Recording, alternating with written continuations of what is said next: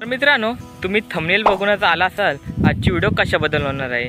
नवरात्रीचे 9 दिवस कसे गेले हे आपल्याला समजलेच नाही।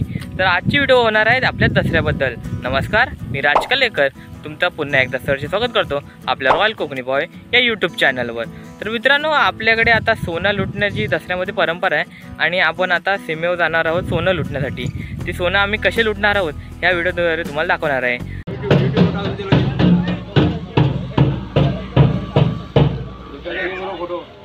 सिक्युरिटी पण घ्या याच्यात, सिक्युरिटी गार्ड हा पर्सनल ना। टोपी उठायची आला, टोपी पण राहिली आम्हाला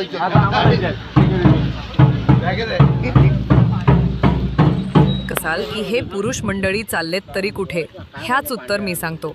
त्याआधी तुम्ही चॅनलला नवीन असाल तर सबस्क्राईब करा आणि व्हिडिओ आवडली असेल तर लाईक आणि शेअर करा।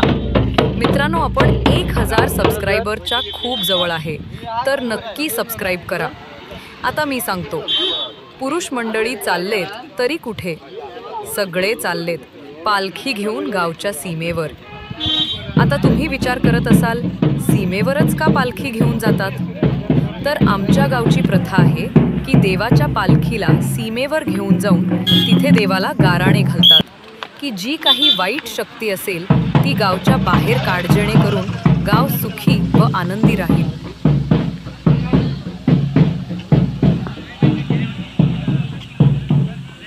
दसरा का साजरा केला जातो? दसरा हा भारतातील एक अत्यंत महत्त्वाचा सण आहे। हा सण सत्याचा असत्यावर विजय, चांगल्याचा वाईटावर विजय म्हणून साजरा केला जातो। राम रावण कथा या दिवशी भगवान श्रीरामांनी रावणाचा वध करून सत्य आणि धर्माचा विजय मिळवला, म्हणून दसरा म्हणजे वाईटावर चांगल्याचा विजय याचं प्रतीक।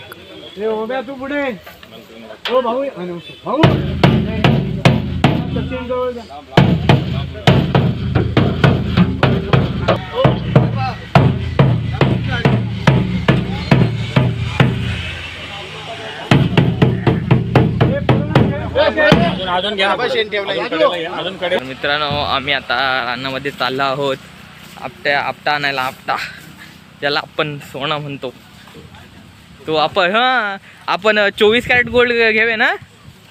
24 कॅरेट वाला सोना तिकडे आपला तोडत आहेत आपट्याचं झाड। हे म्हणतं सोन्याची तस्करी चालू आहे इथं।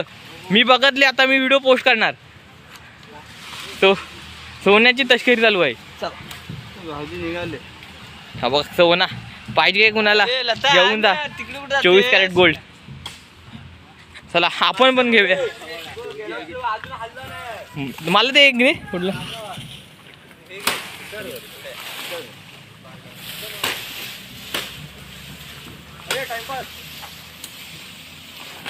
मान्य करून पाठीचे सादर उभी राहा।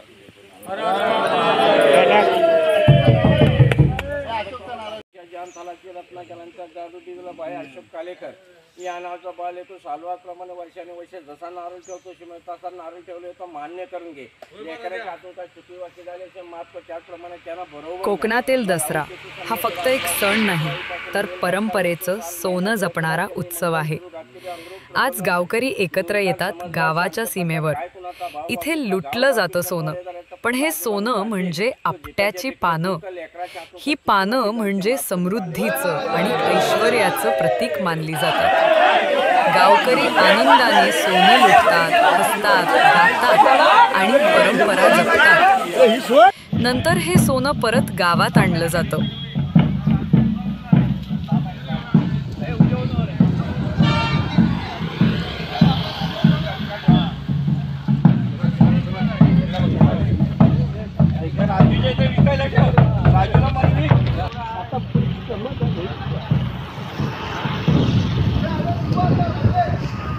बरोबर रे। दुर्गा माता कथा। काही ठिकाणी दसरा देवी दुर्गेने महिषासूर या राक्षसाचा वध केल्याच्या आठवणीने साजरा केला जातो। त्यामुळे हा सण शक्ती, धैर्य आणि न्यायाचं प्रतीक आहे। आपट्याच्या झाडाची परंपरा। कोकण आणि महाराष्ट्रात दसऱ्याला आपट्याची पानं सोनं म्हणून वाटली जातात। कारण प्राचीन काळी पांडवांनी वनवास संपल्यावर आपली अस्त्र आपट्याच्या झाडाखाली ठेवली होती. वनवास संपल्यावर ते अस्त्र परत मिळाली आणि विजय मिळाला. म्हणून आपट्याचं झाड समृद्धीचं प्रतीक मानलं जातं. दसऱ्याचं महत्त्व. नवीन कार्य सुरू करण्यासाठी दसरा अत्यंत शुभ दिवस मानला जातो. या दिवशी नातलग मित्रमैत्रिणींना सोनं आपट्याची पानं देऊन म्हणतात, सोने घ्या सोन्यासारखे बना. यातून प्रेम,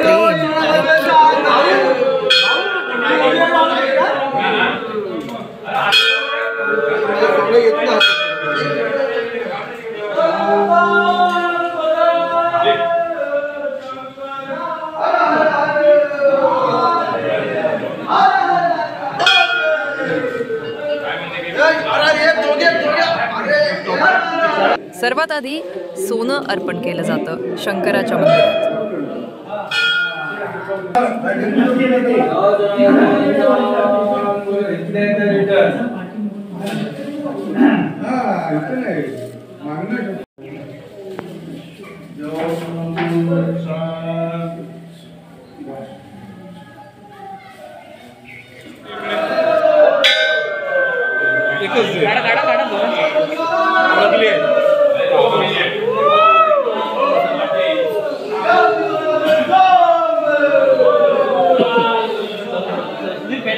हर हर हर महादेव.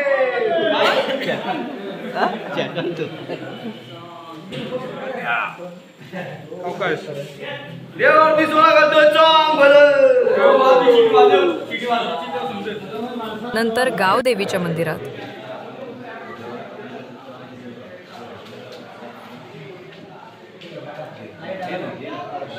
आता लाईट लावलं.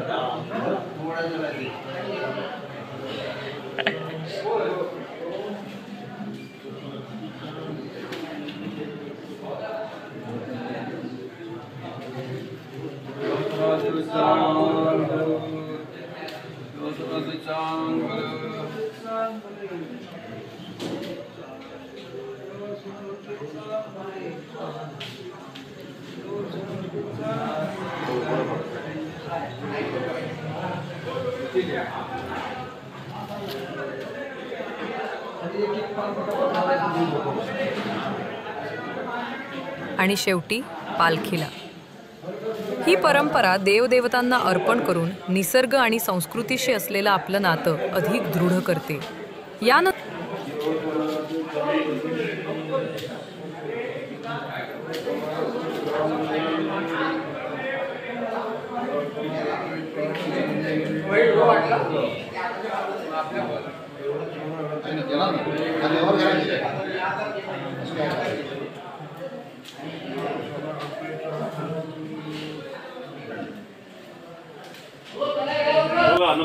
गावकरी एकमेकांना सोनं देतात आणि म्हणतात, सोने घ्या सोन्यासारखे बना.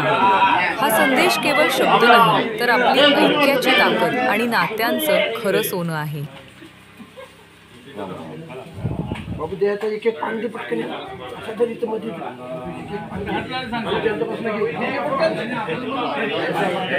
सगळं काम होणार म्हणून चांगला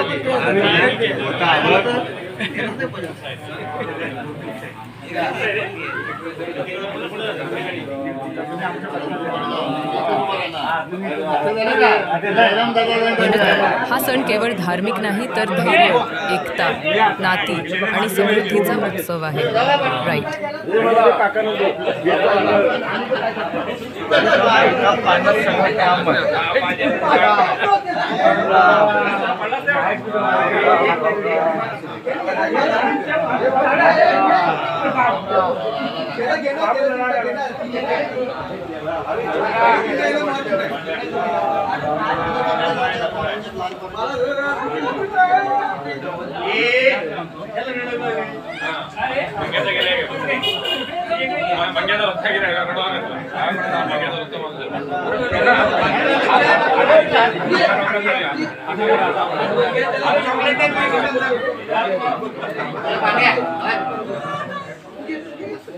इकडे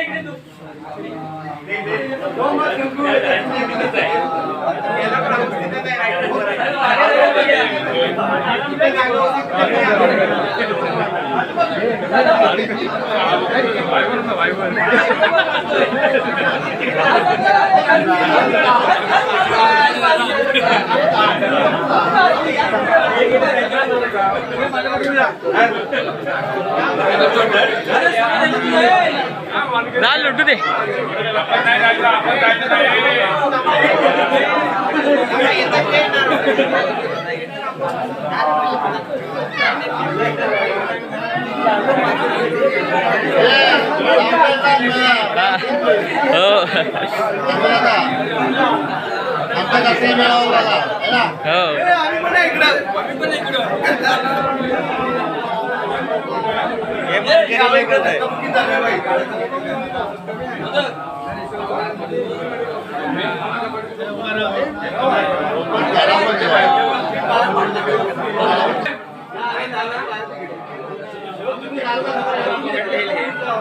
ठेव बाजूला गाडीवर ठेव.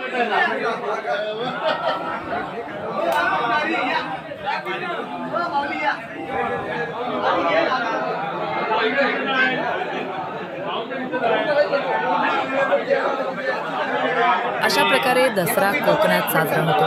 श्रद्धा, आनंद आणि एकतेच्या उत्सवात. सजी आहे कोकणातील दसऱ्याची अनोखी परंपरा. संस्कृती जपा, परंपरा जपा. जय महाराष्ट्र, जय कोकण.